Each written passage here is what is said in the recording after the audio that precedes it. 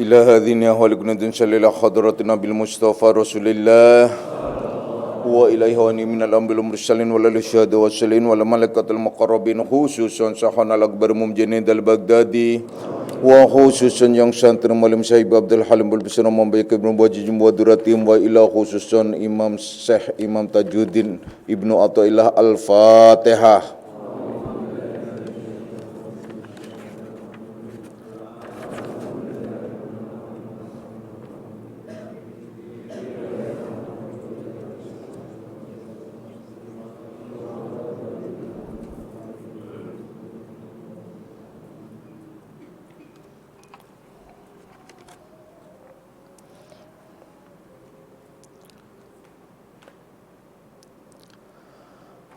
Assalamualaikum warahmatullahi wabarakatuh.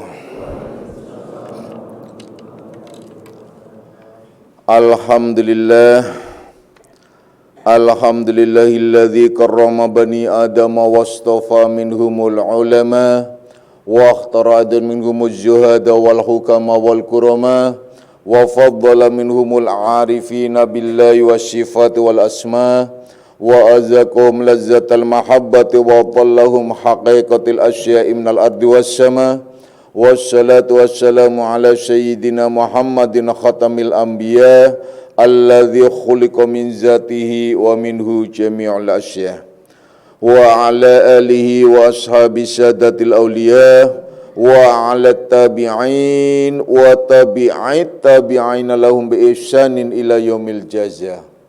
Subhanaka la ilma lana illa ma 'allamtana innaka antal alimul hakim wa la haula wa la quwwata illa billahil aliyil azim amma ba'du. Ma'asyiras salikin, kaum bapak dan kaum ibu jamaah pesantren Akmaliyah, anak-anak rohani aku semuanya, baik yang hadir secara jasmani maupun nafsani, baik yang mendengarkan langsung di pesantren Akmaliyah maupun yang melalui radio online Akmaliyah. Insya Allah mudah-mudahan kita bersama-sama mendapatkan limpahan rahmah, maghfirah serta hidayahnya. Amin ya rabbal alamin. Anak-anakku semuanya, mari kita lanjutkan kajian kita di dalam membahas kitab Syarah Hikam Ibnu Athaillah, di mana kita telah membahas tentang ukhruj min awsafi basariyatika an kulli wasfin munaqisin li'ubudiyatika litakuna linida'il haqqi mujiban wa min hadratihi qariban. Yakni kita disuruh mengeluarkan, pada kajian yang lalu telah dibahas bahwa kita disuruh keluarlah dari sifat-sifat kemanusiaanmu, sifat-sifat basyariahmu, yaitu sifat-sifat yang majmumah, yang tercela, ialah sifat-sifat yang menyalahi kehambaanmu, agar kamu mudah untuk menyambut, untuk menerima panggilan Allah Subhanahu wa Ta'ala hingga mendekat kepadanya.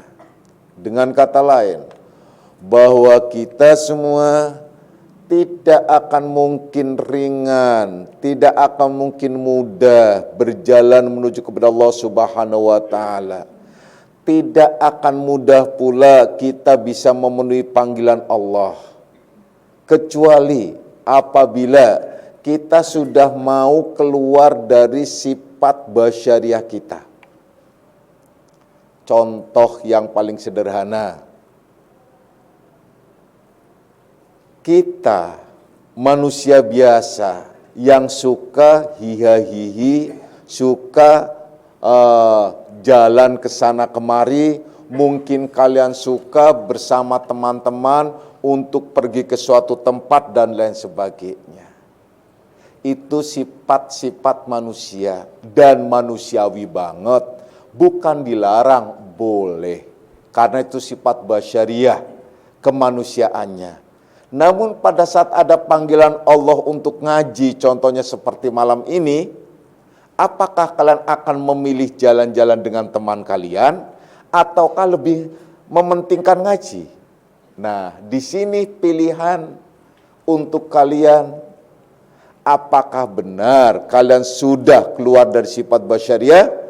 Kalau keluar dari sifat basyariah, tentunya ia akan mengabaikan jalan-jalan, lebih mengutamakan pergi ke pengajian. Itu contoh yang sederhana. Begitu juga panggilan Allah di dalam kumandang azan, memanggil tentang sholat, lebih mengutamakan sholat atau lebih mengutamakan hura-hura? Lebih mengutamakan puasa yang sebentar lagi akan hadir, datang, Ramadan, kurang lebih sekitar 45 harian lagi, gitu loh. Ataukah kalian lebih mengutamakan sifat manusia kalian, basyariah kalian, lebih suka makan dan minum dengan alasan-alasan tertentu yang bukan alasan syariat, alasan yang dibuat-buat, ialah alasan basyariah. Apakah kalian juga mau memenuhi panggilan Allah pada saat Allah memanggilnya untuk memberikan, membelanjakan sebagian rezeki kalian di jalan Allah? Ataukah lebih kalian takut miskin, takut kehilangan uangnya, takut berkurang uangnya, atau lain sebagainya? Padahal Allah telah menjanjikan, siapapun yang membelanjakan di jalanku, aku berikan, aku ganti 10 kali lipat, bahkan 700 kali lipat di dalam surat Al-Baqarah. Coba perhatikan. Itu contoh berniaga. Sampai Allah sendiri menjelaskan tentang niaga. Hal adzullukum ala tijaratin tunjikum min adzabin alim? Apakah kamu mau aku kasih tahu sebuah bisnis niaga, berniaga, berbisnis denganku, dengan Allah, yang akan melepaskan kamu dari azab yang sangat pedih? Apa itu azab yang sangat pedih? Azab yang sangat pedih itu penderitaan yang ada di dalam hati. Kalian tidak mau memberikan di jalan Allah, maka Allah akan mengambil dengan cara bisa jadi ditipu, bisa jadi dimalingi, bisa jadi begitu saja terhambur-hambur, yang akhirnya kalian tersayat sendiri. Nah, itulah yang disebut azabun alim. Azab yang sangat pedih itu langsung dirasakan di dalam hati. Gelo rasanya, istilah orang Jawa. Uang itu adalah tidak karuan perginya, tidak karuan kemana-mana. Apalagi pada saat Allah memanggil untuk haji, pada saat Allah memanggil untuk umroh, kalian punya uang, tapi kalian tidak melakukannya, apakah kalian lebih mementingkan manusiawi kalian, ataukah panggilan Allah tersebut? Nah, kalau kalian sudah keluar dari sifat basyariah kalian, maka kalian akan ringan dan mudah untuk melaksanakan panggilan Allah Subhanahu wa ta'ala. Itu pada kajian yang lalu. Kita akan lanjutkan pada kajian berikutnya. Oleh karena itu, mari kita jernihkan akal pikiran kita, kita jernihkan hati dan jiwa kita dari segala macam sampah-sampah dunia yang membuat pengap hati dan jiwa kita. Sampah-sampah dunia itu berbagai macam persoalan dunia yang terkadang tidak mau keluar atau berserakan menyampah di dalam hati kita, yang bisa menyebabkan kita tuh pengap. Maka dari itu berzikirlah, istiqomahkanlah, berzikir kepada Allah Subhanahu wa ta'ala. Kemudian aslu kulli ma'syatin wa hoflatin wa syahwatir ridha anin nafsi wa aslu kulli ta'atin wa yaqdatin wa ifatin adzamur ridha minka anha. Ini sebenarnya sindiran, kritikan juga untuk para salikin salikah. Oleh karena itu mari kita renungkan baik-baik saya akan artikan sesuai dengan bahasa kita, sesuai dengan zamannya kita. Aslu kulli maksiatin, yaitu asli, pokok, ya, aslinya, pokoknya dari segala bentuk kemaksiatan itu ialah apa? Wahoflatin, dan kelalaian, wasahwatin, yaitu sahwat, serta sahwat itu kenapa? Ar-ridho anin nafsi, karena senang, suka dengan nafsunya. Jadi dengan kata lain, bahwasanya pangkal dari segala kemaksiatan apapun, karena apa sih? Karena kamu tuh lalai dan suka bertamasa pada sahwat, kesenangan maksudnya, kesenangan diri kalian, dan cinta, ridho, senang dengan apa yang dilakukan oleh nafsu kalian. Wa aslu kulli ta'atin, kebalikannya, wa aslu kulli ta'atin, dan pangkal ketaatan itu ialah wa yaqdatu wa ifatin adamur ridha minka anha, yaitu kesadaran disebutnya, wa'ifatin adamur ridho, dan sopan santun dengan artinya sopan santun dalam sikap, budi pekerti di sini maksudnya. Yakni karena apa? Adamur ridho minka anha, karena ia adalah mengekang, tidak ridho, tidak suka dengan rayuan-rayuan, ajakan-ajakan nafsu tersebut.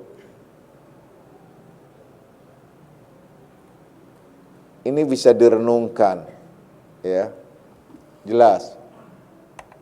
Dah, saya bahasakan supaya lebih mudah, ya. Jadi bahwasanya pangkal kemaksiatan itu ialah pertama diawali dengan kelalaianmu. Jadi lupa kelalaianmu. Setelah lalai kemudian ada sahwat. Sahwat di sini artinya apa? Gairah, suka. Gairah itu. Gairah. Gairah apa?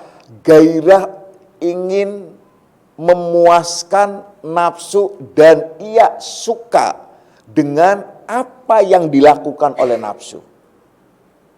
Itu pangkal kemaksiatan. Berbeda kebalikannya tentang pangkal ketaatan terhadap Allah Subhanahu wa taala. Pertama ialah pangkal ketaatan itu adalah kesadaranmu, yaitu kesadaranmu dan juga akhlakmu, sopan santunmu, artinya budi pekertimu. Karena apa dalam budi pekerti ini?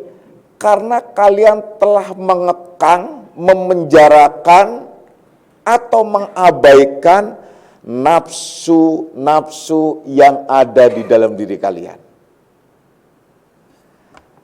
Wahai anak-anakku semuanya, ini jelas banget.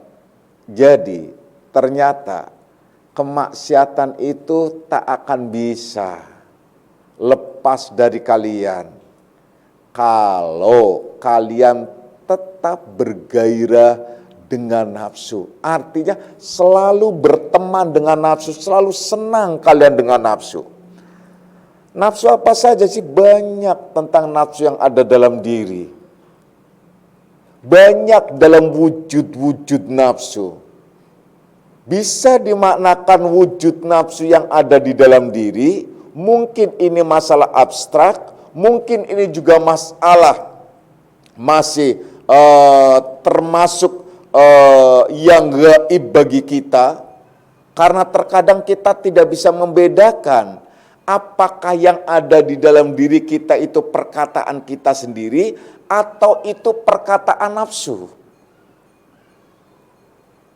Karena apa? Karena kita tidak benar-benar dan tidak sungguh-sungguh memperhatikannya. Padahal perkataan yang ada di dalam diri kita, banyak yang berkata-kata itu ialah nafsu kita. Nafsu, apapun alasannya, nafsu itu adalah akan selalu menipu.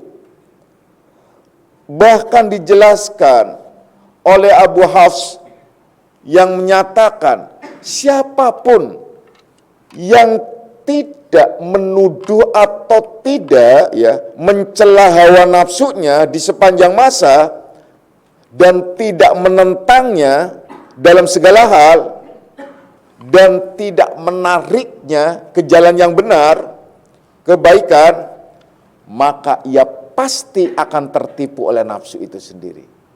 Itu pasti tertipu. Jadi pasti nafsu itu pasti akan menipu.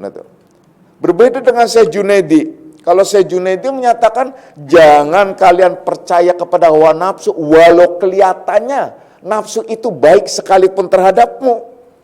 Atau mungkin nafsumu itulah sudah mengikutimu sekalipun, kamu tetap waspada, enggak boleh percaya sepenuhnya dengan nafsumu. Nah, persoalannya kita sudah kenal belum sih dengan nafsu kita? Secara ilmiah, secara keilmuan, secara pengetahuan, kita kenal nafsu. Nafsu amarah, nafsu lawamah, nafsu sawalat, nafsu sawiyah, nafsu mutmainnah, nafsu rodiyah, dan nafsu mardiyah. Itu secara ilmu kita kenal. Tapi letaknya nafsu itu kita tahu nggak sih? Coba renungkan baik-baik. Tahu nggak kita letaknya nafsu itu? Duduknya nafsu itu? Apakah kalian tahu?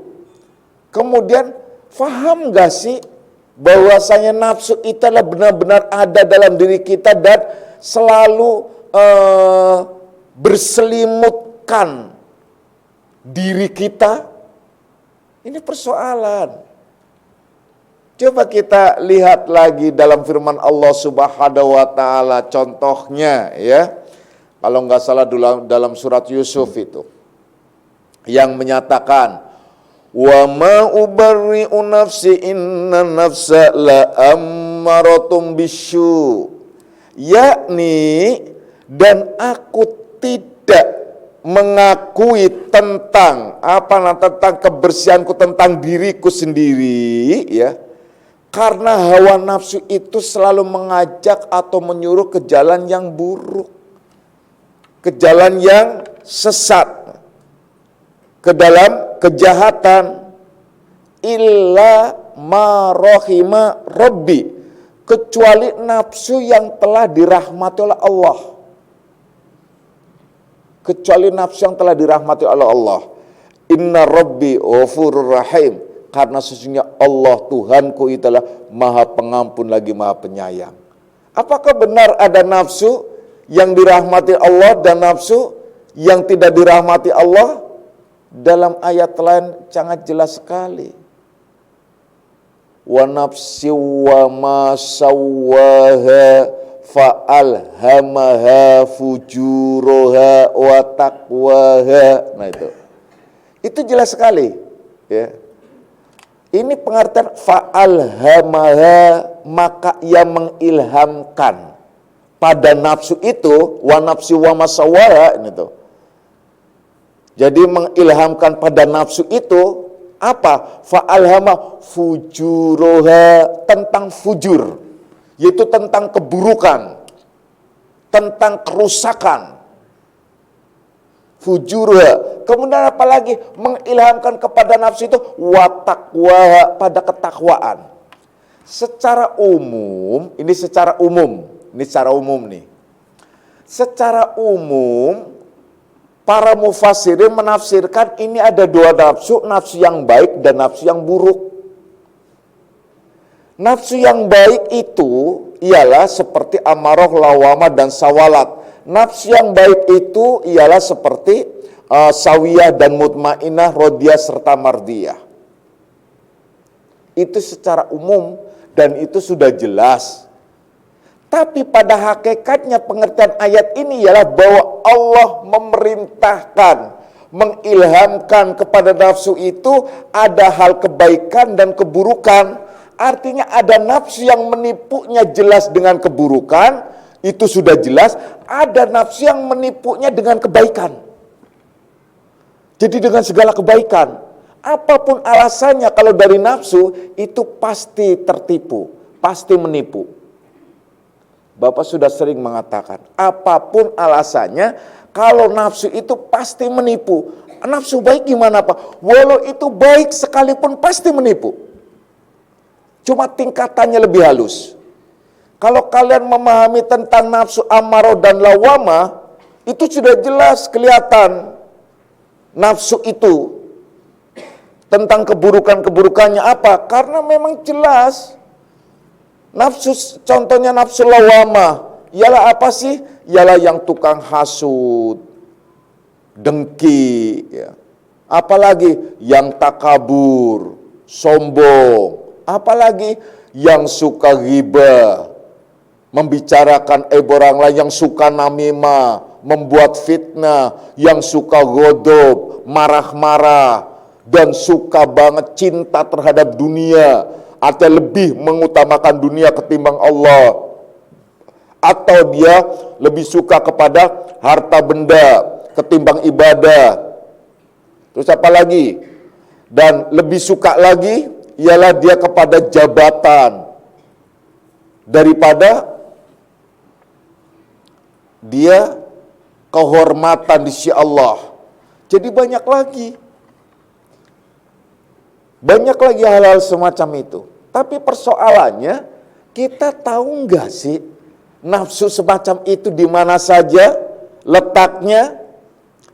Nah, kalau supaya kalian agar tahu, agar paham, supaya kalian juga ngerti bahwa nafsu-nafsu itu ialah mengelilingi kita dari dalam dan luar diri kita. Jangan kalian melihat bentuk nafsu itu wujudnya kayak apa dan macam apa. Dia berwujud aneh-aneh. Yang jelas nafsu seperti amarah contohnya.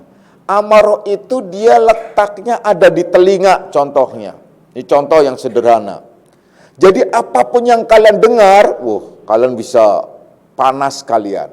Apapun yang masuk itu adalah bisa jadi dari nafsu.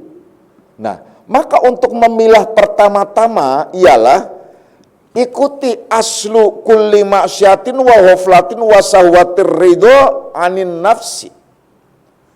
Jadi pangkal kemaksiatan itu kelalaianmu karena mengikuti syahwat dan suka ridho terhadap ajakan nafsu. Kalau disebutkan adanya tempatnya itu di telinga, maka kalian harus hati-hati dengan pendengaran. Jangan mudah tertipu dengan segala bentuk berita-berita. Jangan mudah terpancing dengan cacian dan makian. Kalau kalian mudah terpancing oleh cacian dan makian, berarti kalian kalah dengan nafsu. Berarti kalian lupa dengan nafsu. Sementara nafsu itu, perhatikan, nafsu itu sengaja dia melalui telinga. Makanya hati-hati kalian pada saat mendengar. Pada saat mendengar apapun kalian terima. Renungkan dulu. Jangan kalian main hantem, mau langsung panas, dikata jelek kamu. Langsung. Mukanya langsung, kayak udang direbus, merah. Nah itu loh. Apalagi jelek, ya udah kalian alhamdulillah. Gitu. Udah itulah lebih baik. Dikatain apa lagi? Alhamdulillah. Itu berarti mengabaikan nafsu. Tapi kalau jelek langsung matanya melotot, wah udah mulai ini. Udah, tunggu sebentar lagi keluar. Betul. Keluar apanya? Keluar itunya tanduknya. Wah langsung. Itu udah pasti itu. Kenapa? Kenapa dia begitu? Karena lalai.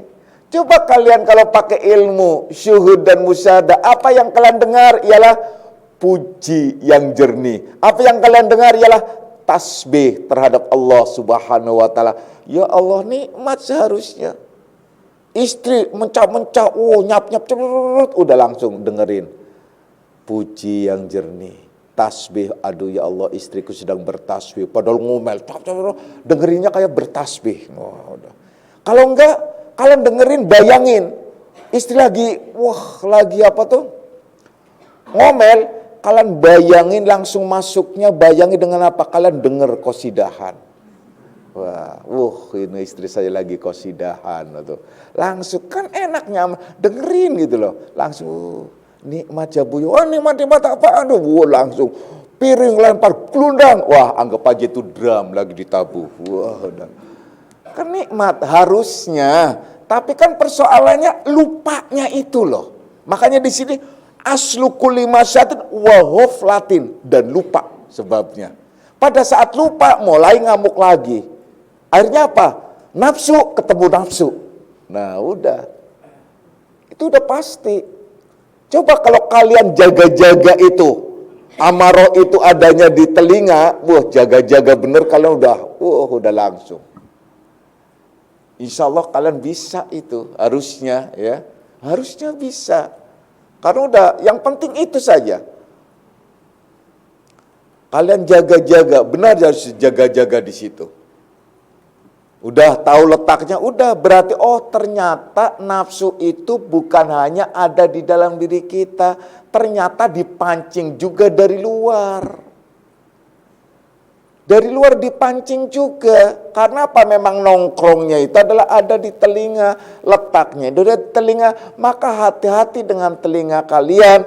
Oleh karenanya Allah selalu menyatakan, wa ja'ala lakumus sam'a wal absara wal af'ida la'allakum tashkurun. Yaitu aku jadikan engkau pendengaran. Apa maksudnya?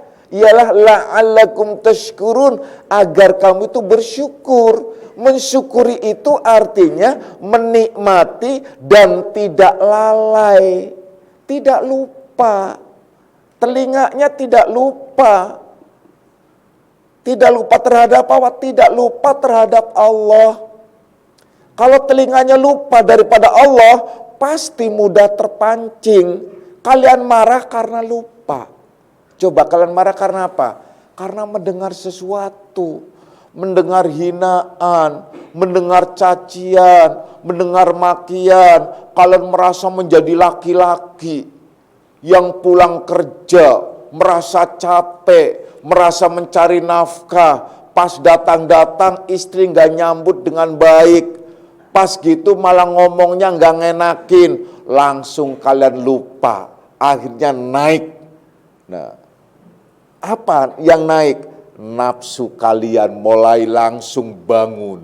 Nah, itu persoalannya. Jadi itu yang bener banget, pangkal kemaksiatan itu adalah diawali dengan kelalaian. Hofla, baru gairahnya masuk karena apa? Karena terpancing. Yang asalnya nafsu kalian tidur, dipancing oleh nafsu yang dari luar, melalui telinga, kalian akan masuk lagi dan bangun. Itu sudah pasti, maka dari itu hati-hati.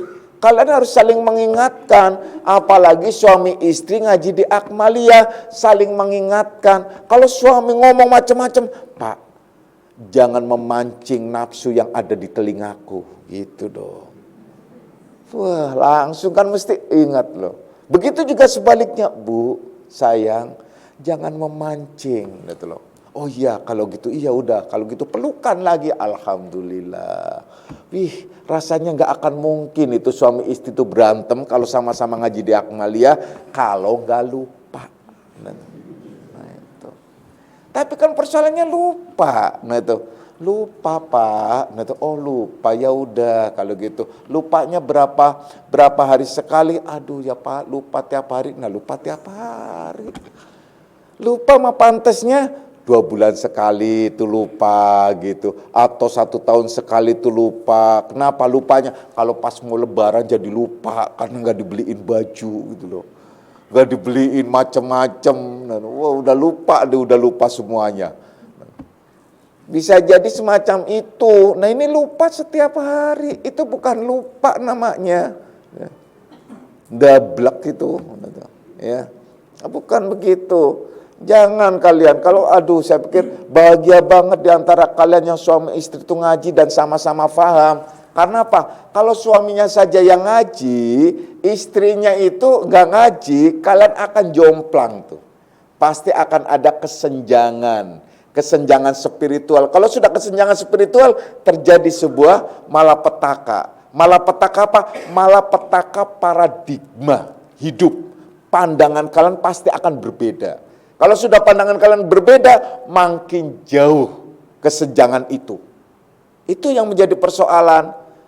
Nah tapi kan saya kasih tahu, kalau kalian yang ngasih tahu terhadap istri itu cuma jebik doang. Nah itu, ngomong lu bisa, amalin diri lu. Kelakuan lu juga nggak bisa nggak membuat gue senang gitu loh. Udah macam-macam, itu biasa. Itu istri. Karena biasanya istri itu ialah susah untuk dinasehati oleh suami. Karena apa? Karena suaminya sudah ketahuan belangnya. Tuh. Makanya kalian jadi suami jangan ketahuan belangnya sama istri. Kayak saya. Makanya istri saya nurut-nurut semuanya. Gak pernah, demi Allah, bertahun-tahun saya selama itu gak pernah saya berantem tanya tuh. Cemberut pernah enggak? Pernah, tapi bukan saya yang cemberut, istri saya yang cemberut. Enggak ya, enggak. Tanyakan. Seumur saya nikah itu enggak berantem. Enggak pernah berantem. Enggak apa lu ngomong, enggak, demi Allah, demi Rasulullah. Saya di sini saya katakan. Ya buat apa saya ada di hadapan kalian? Kalau saya sendiri adalah tidak bisa. Istri saya, anak-anak saya itu biasa, enggak blingsatan macam-macam, enggak juga. Walaupun anak pada blingsatan, biarin aja dulu sampai ujungnya itu gimana. Kalau udah nyandung kemudian nyungsep, baru ditolongin deh, baru deh kapok ya udah lanjutin lagi. Nah, semacam itu. Iya, istrinya enggak dong. Yang ada saya senangnya bercanda dengan istri. Saya suka bercanda. Makanya nasihat-nasihat saya yang masuk. Tapi kalian kalau nasihatin istri gak bisa masuk. Kenapa? Karena itu tadi. Nah itu loh. Kalian sendiri nasihatin, sabar dong ya, sabar. Nah dirinya sendirinya sabar. Coba. Dicolek dikit langsung marah. Colek dikit. Katanya Bapak suruh saya sabar. Tapi kenapa Bapak gak sabar? Nah kan. Kalau kalian menyuruh istri sabar, maka jadilah kalian laki-laki yang berkelakuan agar istri kalian memandang diri kalian itu menjadi sabar. Begitu juga sebaliknya bagi istri. Kalau ingin suaminya sabar, kalian berkelakuan sekira-kira dipandang suami itu menjadi sabar. Gitu loh. Itu yang dimaksud. Nah kalian ingin mendapatkan suaminya penyabar, tapi kalian sendiri kelakuannya nggak membuat suami itu sabar, ya salah. Itulah yang dikehendaki dengan ayat isbiru wasobiru. Bersabarlah kamu dan bersungguh-sungguh kesabarannya. Artinya bersabarlah kamu dan saling sabar menyabarkan di antara kalian.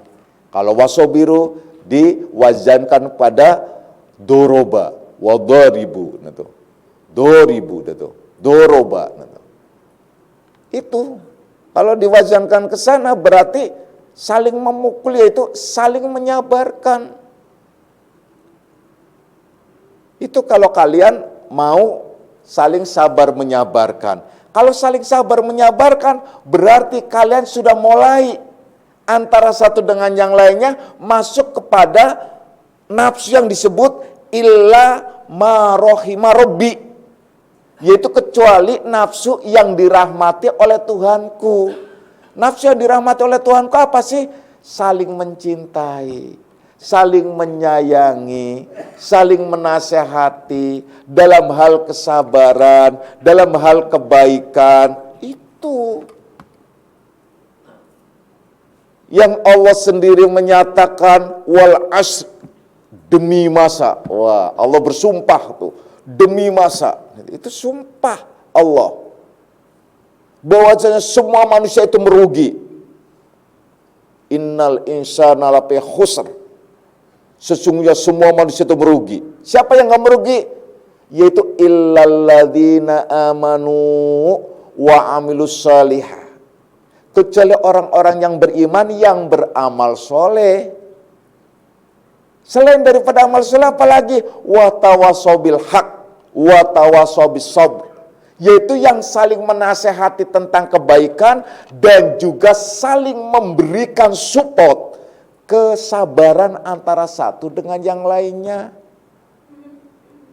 Itulah cara mengabaikan nafsu. Kalau tidak, pasti akan jungkir balik. Bagaimana mungkin kalian menjadi romantis? Bagaimana kalian rumah tangganya akan sakinah, mawaddah, warahmah, sementara kalian selalu lalai? Yang lebih ekstrim lagi kan suami istri ngaji di Akmaliyah, tapi dar-der-dor terus tiap hari. Wah, cukup repot lagi. Ada lagi, ini sama-sama ngaji di Akmaliyah, tetangga malah berantem. Kan aneh. Wah, syukur berantem. Udah berantem, udah ngomongnya udah kayak orang awam. Sama-sama ngaji di Akmaliyah, bayangin sih. Kebayang gak sih? Subhanallah gitu. Saya gak kebayang itu. Gak kebayang jadi orang lain yang melihat, oh padahal itu sama-sama ngaji di Akmaliyah dan sama-sama santri. Kok bisa ya berantem begitu? Nah, terus apa image-nya mereka? Orang awam itu, orang yang umum. Kemudian tertarik nggak mereka ke Akmaliyah? Nggak bakalan. Alah, dia juga berantem gimana? Tuh, makanya dicintainya Islam itu karena akhlak kalian. Dicintainya Akmaliyah juga karena akhlak salikin salikah. Jadi bukan karena apa-apa, bukan karena saya, tapi karena akhlak itu dulu. Jadi mereka tertarik karena apa? Karena akhlak di antara kalian.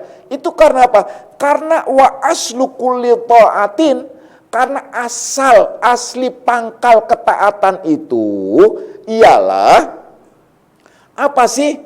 Ialah disebut di sini kesadaran wa yaqzatin, kesadaranmu, wa ifatin, dan budi pekertimu, akhlakmu. Nah itu.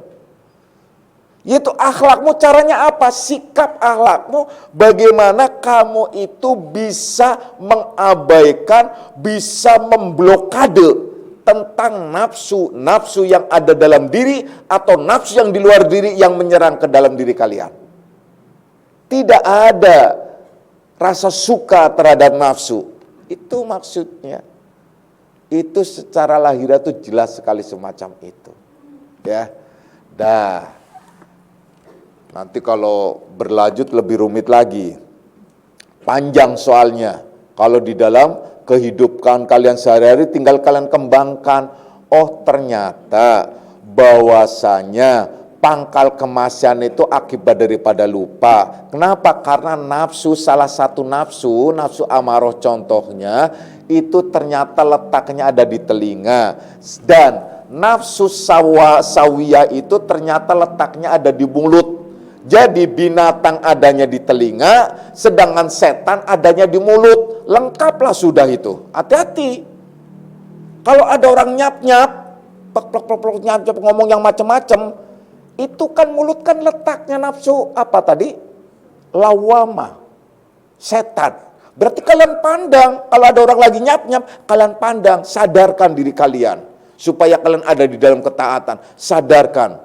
Dengan sadar apa? Dengan ilmu. Aduh, kata Bapak, nafsu lawam itu letaknya ada di mulut. Oh berarti itu mulut orang itu tuh adalah setan itu. Udah liatin aja. Tapi jangan diucapin, lu mulutnya ada setannya, jangan. Nah, itu persoalan itu. Pasti repot, jangankan orang lain.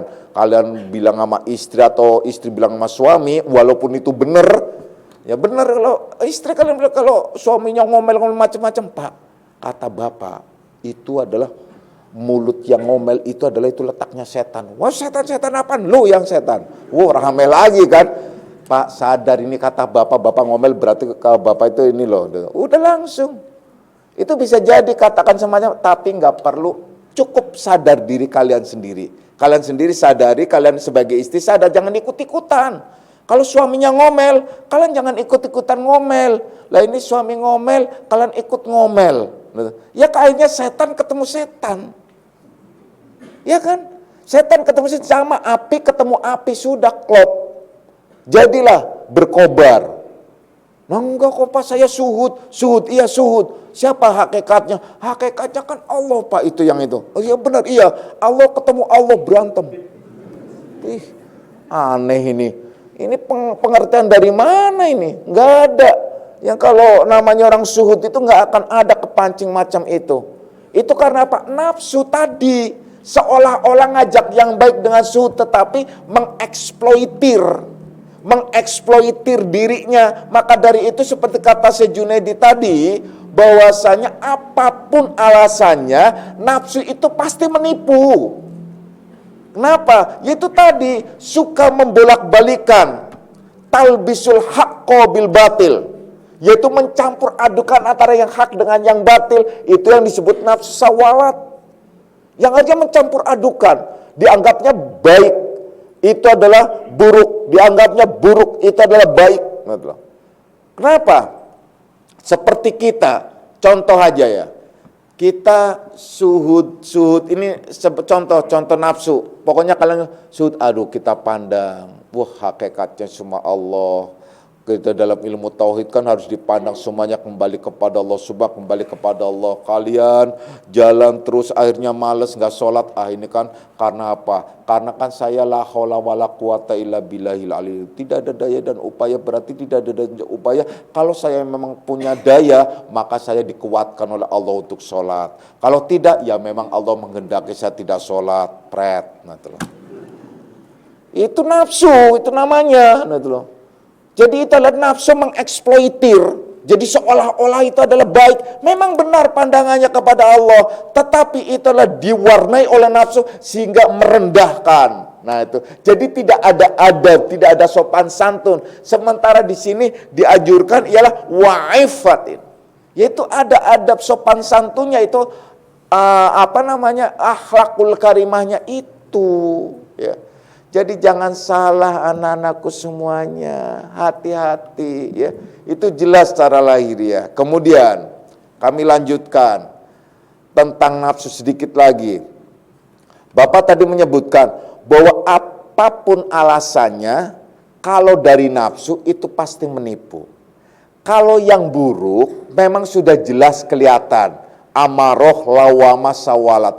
Bagaimana yang baik ini Pak, yang benar-benar baik gitu loh. Tetap menipu. Kenapa? Penipuannya itu sederhana, yaitu dibelokkan bukan kepada Allah, tapi kepada sesuatu selain Allah. Contohnya, ialah kalian sholat, kalian mengharapkan hanya sekedar surga, mengharapkan sekedar kenikmatan, mengharapkan, itu sebenarnya nafsu, walaupun itu tidak salah, walaupun itu baik. Ini hakikatnya. Ini masuk ke wilayah hakikat. Walaupun itu baik, benar. Kalian adalah mengharapkan surga, benar. Itu lebih baik ketimbang kalian mengharapkan neraka, gitu loh.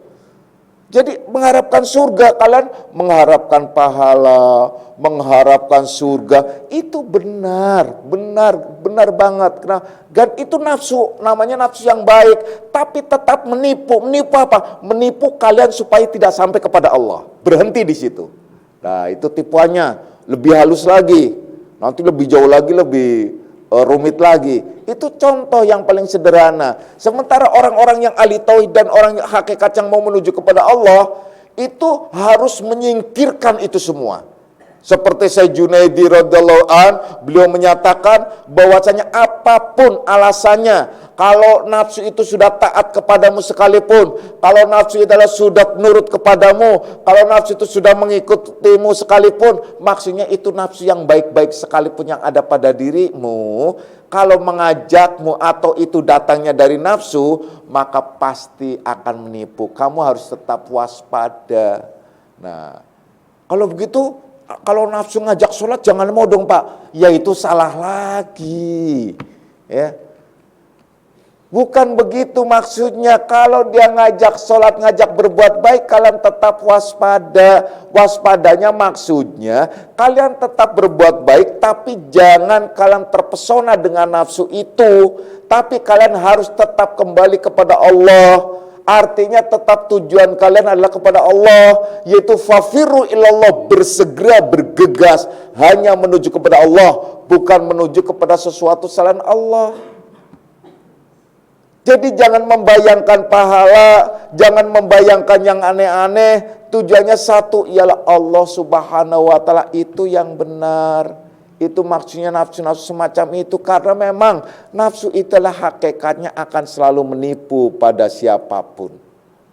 Nah, oleh karena itu kenali baik tentang nafsumu. Man arofa nafsah faqad arofa robbah. Barang siapa yang kenal nafsunya, kenal dirinya, diri kalian sendiri, apa saja yang ada dalam diri kalian, ialah nafsu-nafsu yang ada pada diri kita, maka baru kalian akan diperkenalkan dengan Tuhannya. Maka dari itu wahai anak-anakku semuanya, sebagai contoh tadi, paling tidak kalian sudah paham, sudah mengerti bahwa letaknya nafsu-nafsu yang buruk ialah pertama di telinga, yang kedua adalah di mulut. Di telinga itu nafsu amarah, di mulut itu adalah nafsu lawamah. Itu jaga baik-baik.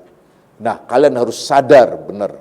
Jadi kalau kalian ngucapin ucapan-ucapan yang buruk, itu tandanya nafsu lawamah sedang bereaksi. Kalau kalian mendengarkan pendengaran-pendengaran yang buruk, maka itu datangnya dari nafsu lawamah dan diterima oleh nafsu amarah. Maka hati-hati. Binatang bagaimana sih kelakuannya yang ada di telinga, kalian bayangkan semacam itu saja. Jadi itu yang paling penting itu. Nah, oleh karenanya di sini kalian harus benar-benar fahami, jangan sampai lalai. Kuncinya itu, lalai pangkal dari kemaksiatan.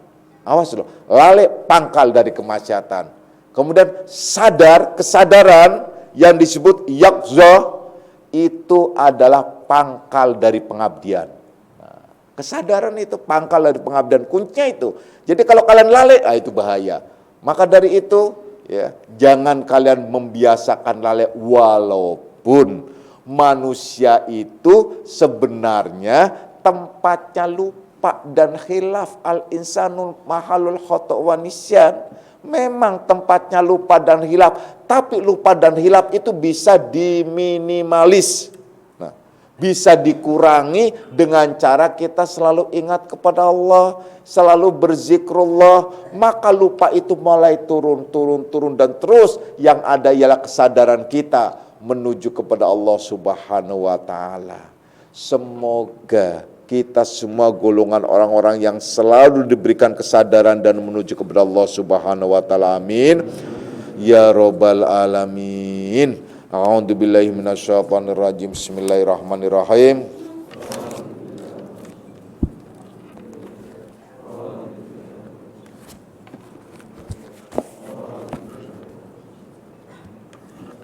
Asyhadu an la ilaha illallah wa asyhadu anna Muhammadar Rasulullah. Hadanallahu ikum ajma'in wal afu minkum. Wassalamualaikum warahmatullahi wabarakatuh.